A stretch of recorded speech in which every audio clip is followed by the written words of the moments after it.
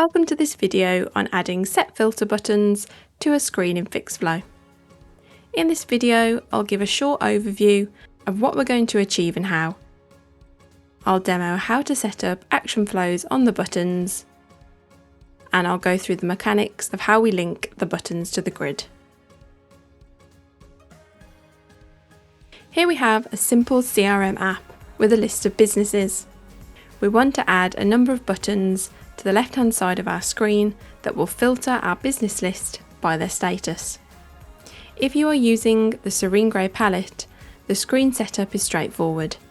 We can simply drag a side menu onto the screen.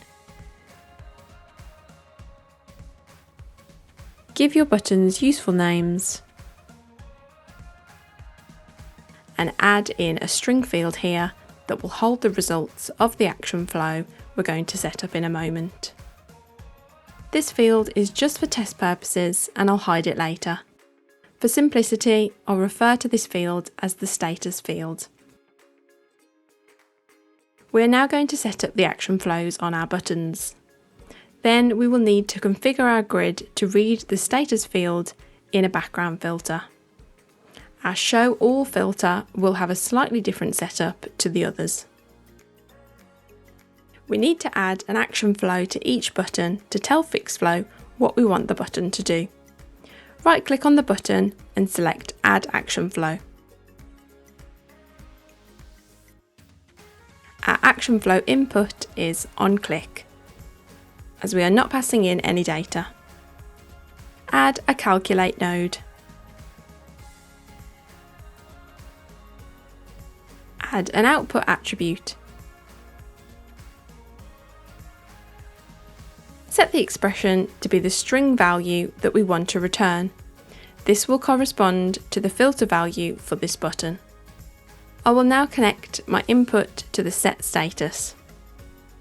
Now we need to create an output connection point to our screen, which will write the string value into the status field that we created earlier. Our output attribute of all will then populate the status field. Under Connections, click Add and create an output connection point. Then connect that to the business screen.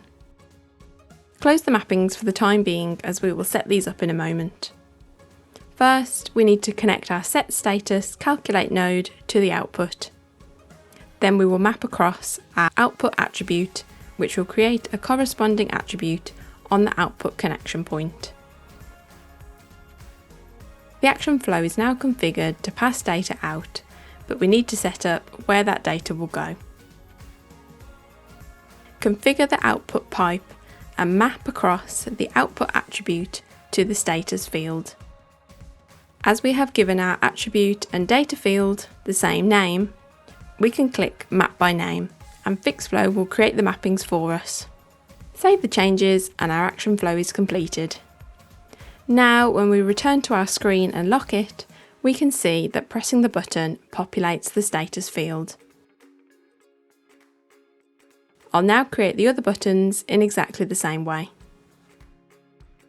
Now all of our buttons are set up, we will configure the background filters to read the value from the status field.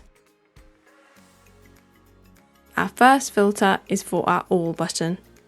We want it to return all records when pressed, so our background filter must return all records. This filter is simply saying where the company ID, which is our primary key, contains a value, which should be true for all records, filter the grid to show these businesses. Save that and let's now set up our rule expression, which if it returns true, the filter will apply. This expression is saying that if our status field contains the word all, run the filter to return all records. This filter is also set to stop if true, because we are going to set up another filter which could interfere with it in a moment. If this filter returns true and is applied, no subsequent background filters will be evaluated. Our second filter is for our status buttons.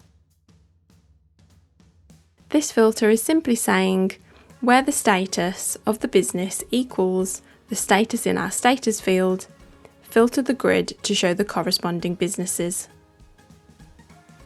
Save this, and let's now set up our rule expression, which if it returns true, the filter will apply. This expression is saying that if there's something in our status field, i.e. it's not empty, run the filter.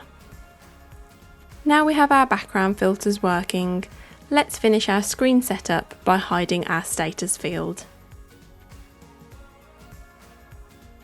Save your changes, and let's see our filter buttons in action.